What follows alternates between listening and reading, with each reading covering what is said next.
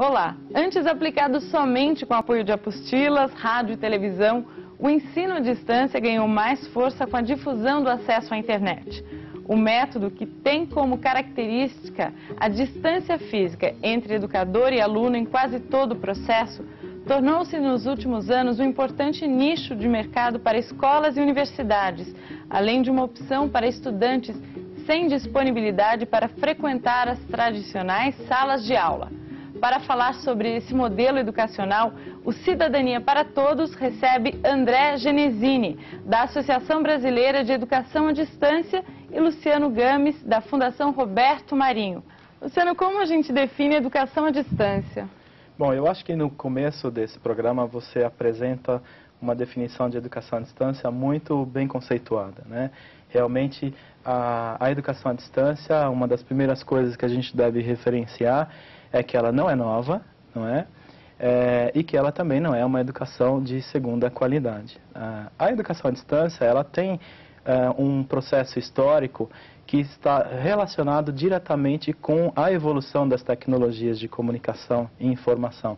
Então, hoje, com o advento da internet, nós temos muito mais possibilidade de fazer com que os diversos agentes desse processo na educação à distância interajam entre si.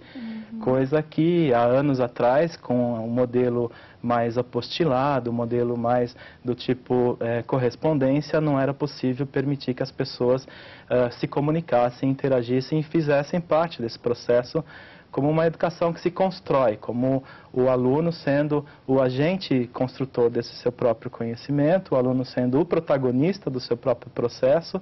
Enfim, os meios de comunicação da internet facilitam a disponibilização de diversos tipos de recursos, onde todas as interações, então, entre os diversos agentes serão possíveis em prol da educação. Mas que meios a gente pode falar? Só internet ou televisão? Como é que a gente caracteriza isso? Há tudo para a educação à distância, é muito criativa. Tem rádio, eu adoro rádio, eu faço muito projeto com rádio. Você usa o quê? Material impresso? Nós usamos material impresso, nós usamos televisão, nós usamos CD-ROM, nós usamos internet, nós temos aula online, nós temos livros. Enfim, todos os meios didáticos disponíveis e de forma conjugada que formam os modelos de educação à distância. O que vai diferenciar um projeto do outro é exatamente a maneira como nós selecionamos as mídias em função do público-alvo a que a educação se destina. É que a internet realmente é um charme pela interação imediata. Um rádio você tem que ligar, você tem um pouco mais.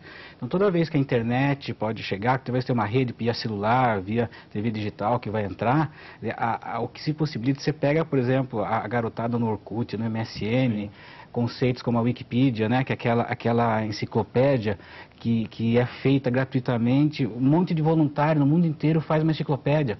Se há 20 anos atrás a gente falasse que a enciclopédia britânica ia ser ameaçada por uma enciclopédia que as pessoas trabalham de graça, eu ia me chamar de louco, eu chamava todo mundo. Então, a grande pergunta, o que faz essas pessoas trabalharem de graça e darem seu tempo livre para construírem uma coisa para o bem público, que elas fazem por paixão? Então, agora, ela é confiável de fato? Porque se cada um entra e coloca a informação, a gente pode confiar? Eu acho que a confiança, o principal elo para se garantir é a mediação pedagógica que deve permear qualquer tipo de curso de educação à distância. O mediador pedagógico, que pode ser um tutor, pode ser um orientador de aprendizagem, um professor, enfim, é ele que vai garantir essa coesão, é ele que vai garantir a condução de todos esses processos educacionais de forma a atingir os objetivos específicos. Os educadores estão se adaptando a essa nova maneira de estar educando? Então, mas não é fácil. Inicialmente tem uma resistência um pouco maior. Por exemplo, numa aula de universidade, é possível o professor que sabe muito, e acontece muito, chegar e não planejar a aula. Ele vai falando e ele consegue fazer uma boa aula, ser bem avaliado. Na educação à distância, tudo precisa ser planejado.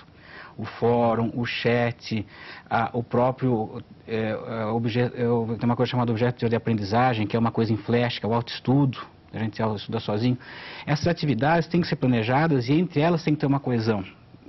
Mesmo na aula ao vivo, existem aulas tradicionais que o professor fala como se fosse uma aula normal e a pessoa responde via internet, ao vivo. Mesmo essa aula tem que ser muito planejada, porque os alunos não estão lá. Então, o professor que faz educação à distância, ele acaba se transformando no professor no presencial muito melhor. E as histórias das instituições que evoluíram para isso, sempre teve muita resistência no começo. Poucas, se você pegar todas as universidades, vão te contar histórias muito interessantes, muito divertidas, até das resistências iniciais, tem um processo de convencimento, e se a reitoria não apoiar muito, não for um apoio muito forte... O projeto não emplaca. Não emplaca. Eu queria complementar isso que o André coloca, que essa resistência é natural. A gente resiste ao que é novo sempre, né? Todas as tecnologias, no momento em que elas são implantadas, até para a gente utilizar um celular novo, nós temos ainda alguma resistência com relação à manipulação de todos aqueles comandos, enfim.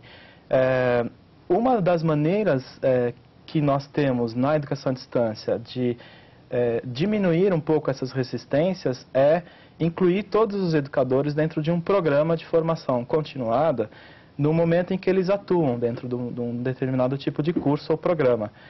O acompanhamento permanente de outros educadores que acompanham esses educadores tendem a desenvolver uma série de habilidades tecnológicas, metodológicas, pedagógicas que vão fazendo com que os próprios educadores assimilem cada vez mais as metodologias de educação à distância, lidem com suas próprias resistências e quebrem também as resistências para enfrentá-las junto aos alunos que também, claro, apresentam resistências no início do processo.